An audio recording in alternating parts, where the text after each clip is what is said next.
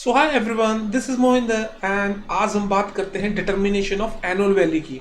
क्योंकि अगर आप सीए इंटरमीडिएट के एग्जाम की तैयारी कर रहे हैं तो वहां पे ये चीज आपको मिलने वाली है। आपको पता है कि वहां पे टोटल 5 हेड्स में से जो है आपको जो भी इनकम टैक्स का पार्ट है उसमें आपको 60 मार्क्स की क्वेश्चंस आते हैं, right.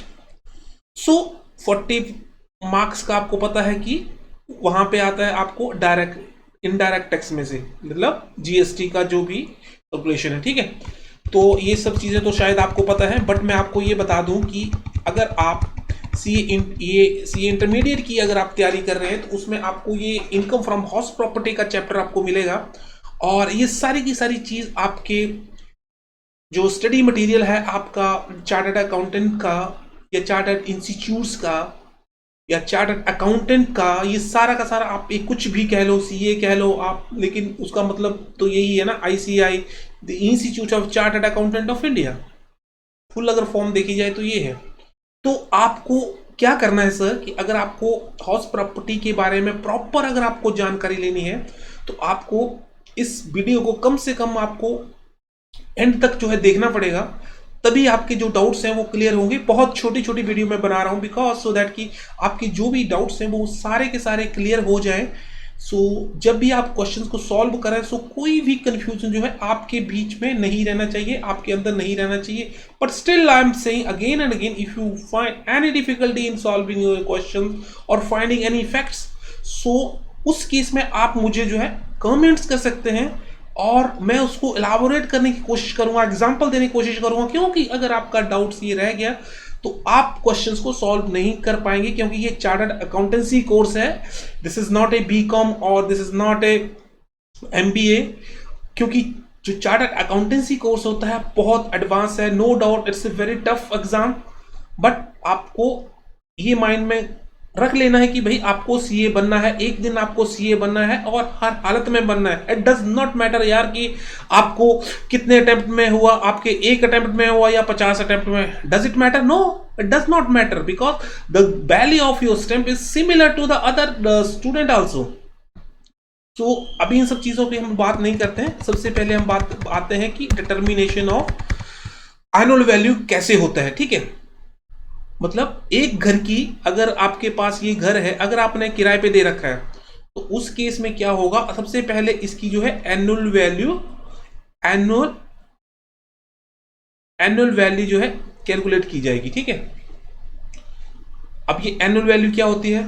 Determination annual value, okay, में से जो भी आप एनुअल वैल्यू आप कैलकुलेट कर लोगे, ओके, यहां पे उसके बाद आपने क्या करना है, लेस कर लेना है आपने म्युनिसिपल टैक्सेस, मतलब जो ओनर ने paid by the owner during the previous, अगर उसने कोई भी टैक्स की, आपको पता ना प्रॉपर टैक्स देना पड़ता है, ठीक है, इसमें से ये कम कर देंगे तो ये आपका क्या बन जाएगा, नेट एबी, एनुअल वैल्यू। तो यहां पे सारी की सारी कहानी स्टार्ट होती है कि कोई भी अगर आप इनकम फ्रॉम हाउस प्रॉपर्टी का अगर चैप्टर आप देख रहे हैं और कोई भी उसका क्वेश्चन सॉल्व कर रहे हैं, एमसीक्यू अगर आप कर रहे हैं, तो उसमें आपको कॉन्सेप्ट को क्लियर होना बहुत जरूरी है। सो माय डियर, चलो हम आगे चलते हैं। Determination of annual value of the different types of the house property, हम छोटे छोटे पार्ट्स में इसको करेंगे, क्योंकि अगर आपको छोटी छोटी आप वीडियो देखेंगे तो आपका एक चैप्टर जो है बहुत जल्दी क्लियर हो जाएगा। क्योंकि सारी की सारी चीजें अगर आप एक ही बार जो है माइंड में रखने की कोशिश करेंगे, that is not possible. And एक अगर आपने चीज पढ़ ली है तो आप उसको बार बार देखो और क्या चीज मैंने कही है उसको आप नोटिस करेंगे, और डेफिनेटली यार nothing is impossible, everything is going to happen in the positive way where the property is let out. एक चीज मैं आपको बता दूं, जो सेल्फ ऑक्यूपाइड हाउस होता है, जो सेल्फ ऑक्यूपाइड होता है, उसकी जो एनुअल वैल्यू होती है वो नील होती है, क्योंकि भाई उसको उसको तो किराए पे दिया नहीं जा रहा ना, वो तो आप खुद रह रहे हो। तो एनुअल वैल्यू जो निकलेगी वो लेटिंग आउट हाउस की निकलेगी, ठीक है, लेटिंग out through out the year. यहां सिर्फ हम लोग बात कर रहे हैं कि जो पूरे साल में किराए पे दिया गया घर, ये घर है और हमने इसको अप्रैल 2021 से लेके मार्च 2022 तक, जिसकी हम लोग जो है कैलकुलेशंस करते हैं सारी की सारी जो नेक्स्ट असेसमेंट ईयर में, तो ये जो 12 मंथ का है, हम ये मान के चलते हैं इस केस में कि भाई उस पूरा का पूरा जो था वो किराए पे दिया गया है पूरे साल के लिए, थ्रू आउट द ईयर, मतलब पूरे साल के लिए, ठीक है। Where the property is let out for the whole year, then the GAV would be the higher of. अच्छा, आप ये देखेंगे, इसको मैं थोड़ा सा क्लीन कर देता हूँ सो दैट आप लोगों को थोड़ा यहाँ पे वेट, हम यहाँ भी लिख सकते हैं बट इसको भी थोड़ा क्लीन कर देते हैं सो दैट कि काफ़ी सारा चीज़ें जो है वो okay wait. Now the sheet has cleaned.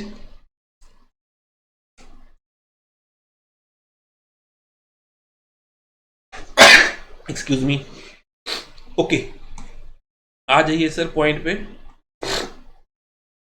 आपने क्या करना है, एनुअल वैल्यू निकालने के लिए ग्रॉस एनुअल वैल्यू आपको निकालनी। सबसे पहले तो क्या करना है आपको, एक्सपेक्टेड रेंट और expected rent and actual rent received. Actual rent received क्या होता है सर, जैसे मान लीजिए आपका 2000 रुपये किराया है, इंटू 12 कर देंगे तो आपका ये 24,000 हो गया, राइट। तो इस केस में ये क्या हो गया, एक्चुअल रिसीव्ड। एक्चुअल रिसीव्ड और ये क्या लिखा है साथ में, ये ध्यान में रखने वाली बात है, एक्चुअल रिसीव्ड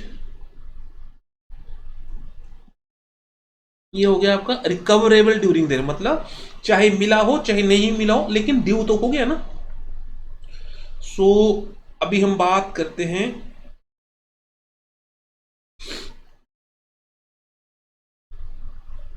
एक्सपेक्टेड रेंट की। ओके, एक्सपेक्टेड रेंट क्या होता है, एक्सपेक्टेड रेंट सर वो होता है कि जो आपको अगर किराए पे देते हैं तो आपको इससे इतने का पैसा मिल सकता है, इतने पे किराए पे दिया जा सकता है। एक्सपेक्टेड रेंट आपने कैसे निकालना है, मैंने आपको क्या बताया, ग्रॉस एनुअल वैल्यू निकालने के लिए आपको दो चीजें देखनी है, एक्सपेक्टेड रेंट और क्या हो गया, actual rent received. Actual rent received तो आपको पता है। अब जो मैं बात कर रहा हूं expected rent, again I am repeating, expected rent. Expected rent में से क्या निकालना है, पॉइंट नंबर 1 क्या होता है, म्युनिसिपल वैल्यू। म्युनिसिपल वैल्यू ये ध्यान रखना, विच एवर इज हायर, इन दोनों की जो मैं बात कर रहा हूं यहां पे आपने देखना विच एवर इज हायर, ठीक है। इन दोनों में से जो भी हायर होगा, इसमें से हम देखेंगे म्युनिसिपल वैल्यू और फेयर रेंट, इन दोनों में से जो भी हायर होगा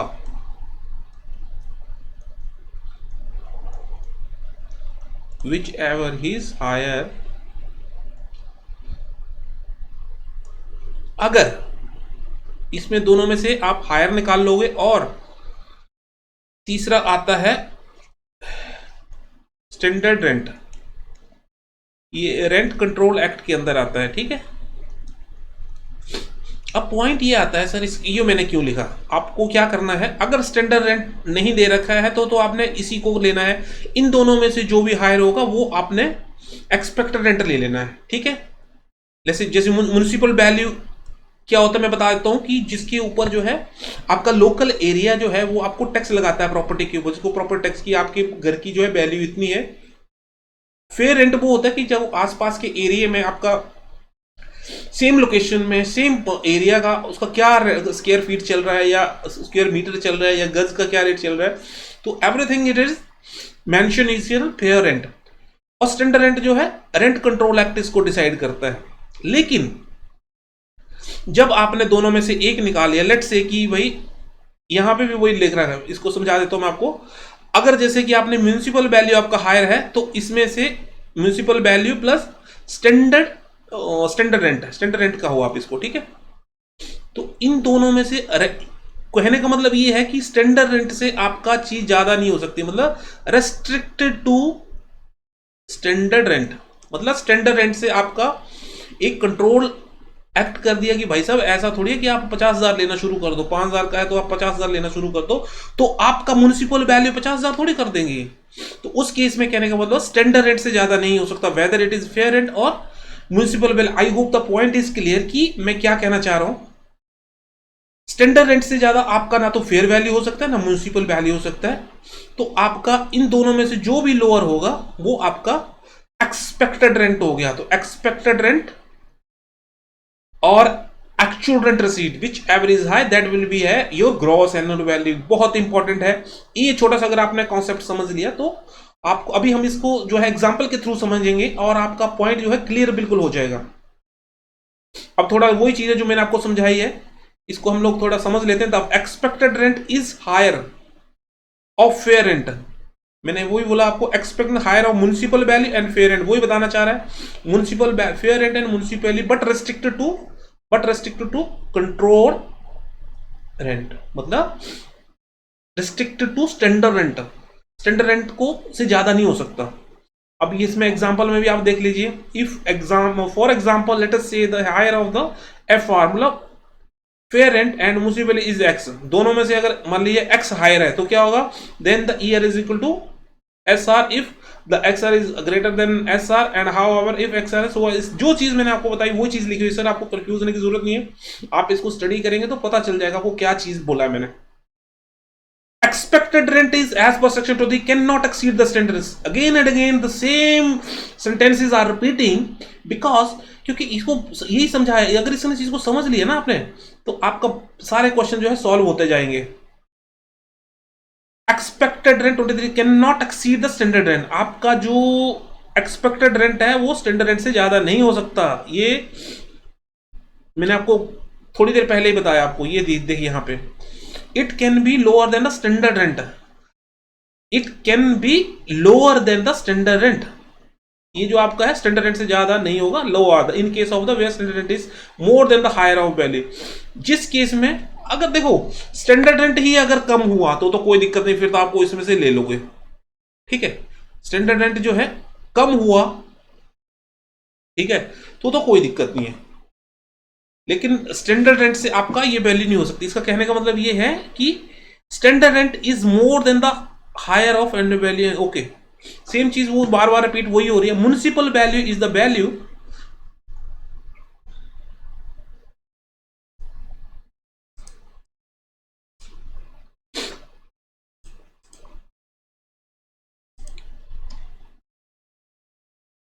okay, municipal is the value determined by the authority for levying of municipal. जैसे मैंने आपको बताया कि म्युनिसिपल जिसके ऊपर टैक्स लगाती है, वही मतलब है इसका, और taxes on the house property, ठीक है। फेयर रेंट कौन सा होता है, फेयर रेंट जो है means that which rent similar property in the same location as I told you. Standard rent is controlled by the control act, मैंने आपको बता दिया, ठीक है। From the gross annual value computed above municipal taxes paid by the owner during the previous year is to be deductible. मेरा कहने का मतलब ये है कि ग्रॉस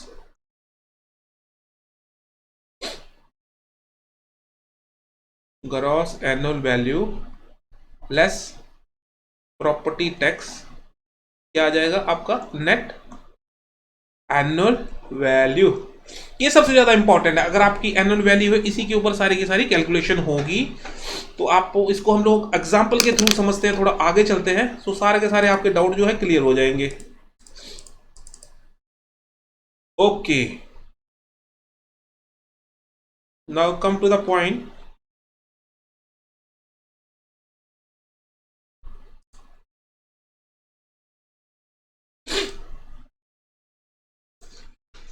इलस्ट्रेशन क्या बोलती है कि एक मिस्टर राहुल गुप्ता है कोई, ठीक है, ये है मिस्टर राहुल गुप्ता। राहुल गुप्ता ओन 5, उसके 5 घर हैं, विच आर लेट आउट। मैंने आपको क्या बताया सर कि लेट आउट प्रॉपर्टी का ही एनुअल वैल्यू होगा, जो आपकी सेल्फ ऑक्युपाइड प्रॉपर्टी होती है उसका एनुअल वैल्यू नील होगा, बिकॉज उसकी एनुअल वैल्यू तो कुछ होगी नहीं क्योंकि आप उसमें रह रहे हो, ठीक है। Compute the GAB gross annual value each house from the following information. आपको क्या करना है, ये जो 5 घर हैं उसके, इनकी एनुअल वैल्यू कैलकुलेट करनी है। उसमें भी क्वेश्चन में भी आपको ऐसे दे रखा होगा कि आपकी जो म्युनिसिपल वैल्यू है वो 80,000 रुपए है, सेकेंड हाउस की 55,000 है, थर्ड हाउस की 65,000 है, 24,000 है एंड 80,000 है। फेयर रेंट लोकल एरिया में क्या चल रहा, 90,000, 60,000, 65, 25, 75, सिमिलरली यहां पे आपका स्टैंडर्ड रेंट नहीं दे रखा है, उस एरिया कंट्रोल एक्ट में है ही नहीं, ठीक है। यहां पे स्टैंडर्ड रेंट कितना 75, 58, 28, ये 78, ठीक है। एक्चुअल रेंट रिसीव्ड कितना 72, 72, 60, 30, ओके। तो आई होप कि यहां तक तो आपको कोई डाउट नहीं रहना चाहिए, क्योंकि ये तो सिर्फ अभी क्वेश्चंस है, ठीक है, ठीक है। आपको अगर क्वेश्चन आपने देख लिया है तो अगर हम चलते हैं अभी आगे, अगर आपने इसको समझ लिया तो आपके सारे डाउट्स इसमें क्लियर हो जाएंगे, ठीक है जी, ओके। सॉल्यूशन पे आ जाते हैं। एज पर सेक्शन 23(1) क्या बोलता है, gross annual value is the higher of expected rent, expected rent and actual rent. आपको सबसे पहले क्या देखना है, ग्रॉस, ग्रॉस एनुअल वैल्यू का यहां से लिखते हैं राइट में, ओके। ग्रॉस एनुअल वैल्यू के लिए आपको क्या देखना है, पहले आपको देखना है एक्सपेक्टेड रेंट और दूसरा क्या देखना है, actual rent, whichever is higher, right. लेकिन आपको एक्सपेक्टेड रेंट कैसे मिलेगा, म्युनिसिपल वैल्यू और आपकी फेयर वैल्यू, उसके बाद आपका स्टैंडर्ड रेंट, इन दोनों में से जो भी हायर होगा और इसमें से इन दोनों, इसमें से जो निकल के आएगा उसमें से जो भी लेस होगा, ठीक है। मतलब स्टैंडर्ड रेंट से आपका ज्यादा नहीं होना चाहिए। स्टैंडर्ड रेंट अगर आपका मान लीजिए 90,000 है और आपका फेयर वैल्यू आपका 1 लाख है, तो स्टैंडर्ड रेंट ही आपका एक्सपेक्टेड रेंट हो जाएगा, ठीक है। म्युनिसिपल वैल्यू देखो कहां पे हम लोग, ये हम लोग म्युनिसिपल वैल्यू पे, यहां से कुछ दिक्कत की नहीं है। सबसे पहले ऊपर से लेना 80,000 देर का 55,000, सबसे पहले हम लोग एक घर, फर्स्ट घर देखते एक घर करके उसको फिनिश करते हैं, राइट। उसके बाद जो फेयर रेंट है वो 90,000 है। Fair rent as I told you that in the similar area और सिमिलर प्रॉपर्टी लोकेलिटी, तो उसमें 90,000 है उस घर का। तो मैंने क्या बोला था, इन दोनों में से, ये देखो आप, इन दोनों में से जो भी हायर होगा वो क्या है, इसमें दोनों से 90,000, तो ये निकल के आ गया 90,000, ठीक है। उसके बाद आपका स्टैंडर्ड रेंट कुछ है नहीं, तो 90,000 जो है आपका एक्सपेक्टेड रेंट हो गया, और एक्चुअल रेंट कितना हो गया 72,000 रिसीव हो रहा है। तो गवर्नमेंट का कहना है भाई साहब आपको 90,000 वहां का एरिया है, तो आपका जो मैं जो एनुअल वैल्यू है वो आपको 72,000 आप कम ले रहे हो। मुझे नहीं पता, हो सकता है आपका वो रिश्तेदार हो सकता है आप उससे कैश में लेते हो। तो गवर्नमेंट ये कहती है कि भाई साहब नहीं चलेगा, मुझे क्या रहा, मुझे आपको 90,000 लेना पड़ेगा, बिकॉज उस एरिया का जो वैल्यूएशन है वो 90,000 का है। I hope this is the most important which has been cleared by me, because अगर ये आपको क्लियर नहीं है तो बहुत सारा टिपिकल चीजें हैं, आपको दोबारा फिर इसको स्टडी कर, अगर नहीं समझ आता सर आप बार बार देखिए उसको, definitely you will reach on the final destination one day. But ऐसा कोई चीज थोड़ी नहीं आती है। 55,000 उसकी म्युनिसिपल वैल्यू होगी, फेयर रेंट क्या हो गया 60,000 हो गया। अब दोनों में से हायर कौन है, 60,000 हो गया, ठीक है। उसके बाद ये देखो निकल के आ गया, दोनों में से क्या निकल के आ गया 60,000, और उसके बाद स्टैंडर्ड रेंट कितना है भाई साहब 75,000, ठीक है। तो आपको एक्सपेक्टेड रेंट कितना आ गया, आपको 60,000, 75,000 क्यों नहीं लिया, मैंने आपको बोला स्टैंडर्ड रेंट से ज्यादा नहीं हो सकता आपका, तो आपका 60,000 और आपका रेंट कितना मिल रहा है 72, तो जो ज्यादा मिल रहा है भाई साहब मुझे वो चाहिए। ये देखो एक्चुअल रेंट कितना मिल रहा है 72,000, तो मुझे 72,000 चाहिए आपकी एनुअल वैल्यू। तीसरा घर पे आ जाते हैं, 60,000 65,000 उसका म्युनिसिपल का वैल्यू है, फेयर रेंट उसका 65,000, दोनों में से हायर कौन है 65,000 का, ठीक है। उसके बाद आपका स्टैंडर्ड रेंट है 58,000, तो दोनों में से क्या होगा स्टैंडर्ड, उसका एक्सपेक्टेड रेंट कितना होगा 58,000, बिकॉज मैंने तो आपको बहुत इंपॉर्टेंट चीज ये बताई है सर कि जो आपका स्टैंडर्ड रेंट है वो ना तो फेयर वैल्यू ना म्युनिसिपल वैल्यू से ज्यादा नहीं हो सकता, आप उसको ज्यादा नहीं ले सकते, आपको उन दोनों को चीजों स्टैंडर्ड रेंट से ज्यादा नहीं ले सकते आप उसको। तो दोनों में से क्या है स्टैंडर्ड रेंट मेरा कितना है 58,000, ठीक है। उसके बाद रेंट कितना मिल रहा है 60, तो मुझे क्या होगा दोनों में से जो भी हायर होगा मैंने वो ले लेना 60,000, ठीक है। उसके बाद 24,000 म्युनिसिपल वैल्यू, 25,000 फेयर रेंट, उसके बाद एक्सपेक्ट हायर कौन है दोनों में से? तो 25,000, क्योंकि यहाँ पे स्टैंडर्ड रेंट नहीं है। तो रेंट कितना मिल रहा है? 30,000। मुझे 30,000 रुपये लेना है। ये ध्यान रखने वाली बात यहाँ पे, जो एक्चुअल रिसीव्ड होता है तो भाई साहब उसको वो मानते हैं, यहाँ पे ये नहीं मानते कि यहाँ पे जो आपको कम है वो देना पड़ेगा, ठीक है। उसके बाद आपका पांचवा घर आ गया 80,000, 75, दोनों में से कौन सा हायर है? ले भाई 80,000, ठीक है। उसके बाद आपका स्टैंडर्ड रेंट कितना है? ठीक है जी 78,000 है। तो कंट्रोल एक्ट के अकॉर्डिंग जो मैंने आपको बताया कि स्टैंडर्ड रेंट से ज्यादा नहीं हो सकता आपका ये दो वैल्यू ऊपर की, तो उसमें से आपको क्या होगा? 78 आपको निकल गया। मिल कितना रहा है? 72। देखो यहाँ पे रेंट उसको कम मिल रहा था, लेकिन उसने बोला नहीं भाई, ये पहले वाला केस था 78,000 वाला कि मुझे 78,000 चाहिए आपका annual value. So my dear sir, कि आपको कोई डाउट नहीं रहा है, फिर भी अगर आपको कोई डाउट रहता है प्लीज आप कमेंट सेक्शन में मुझे जरूर देना, क्योंकि इस तरह से वीडियो बहुत लंबी हो जाती है अगर मैं आपको एक ही चीज को बार बार रिपीट करता रहूंगा। This is not good for you, this is good not for me also. I do not want to waste your time, because your time is very precious also, because एक वीडियो को देखने में 15 minute से 20 minute जो है waste हो जाते हैं, और अगर आपने उसको यूटिलाइज कर लिया तो वो आपके लिए एक इन्वेस्टमेंट है, बिकॉज अपना एक टाइम दे रहे हैं। और मुझे बहुत खुशी होगी अगर आपका वो जो सॉल्यूशन है, जो भी आप इसमें देख रहे हैं, वो अगर आपको डाउट क्लियर हो जाता है, तो आई होप कि मेरे सारा का सारा जो वीडियो बनाने का जो मेहनत है वो सारी की सारी हैप्पी हो जाती है, आई मीन सक्सेसफुल हो जाती है। So thank you so much, और मिलते हैं नेक्स्ट वीडियो में। टिल दैट आप लोगों का thank you so much, thank you, और मिलते हैं एक नेक्स्ट वीडियो लेक्चर में। And till that take care, bye, hope for the best and do hard work always. Thank you.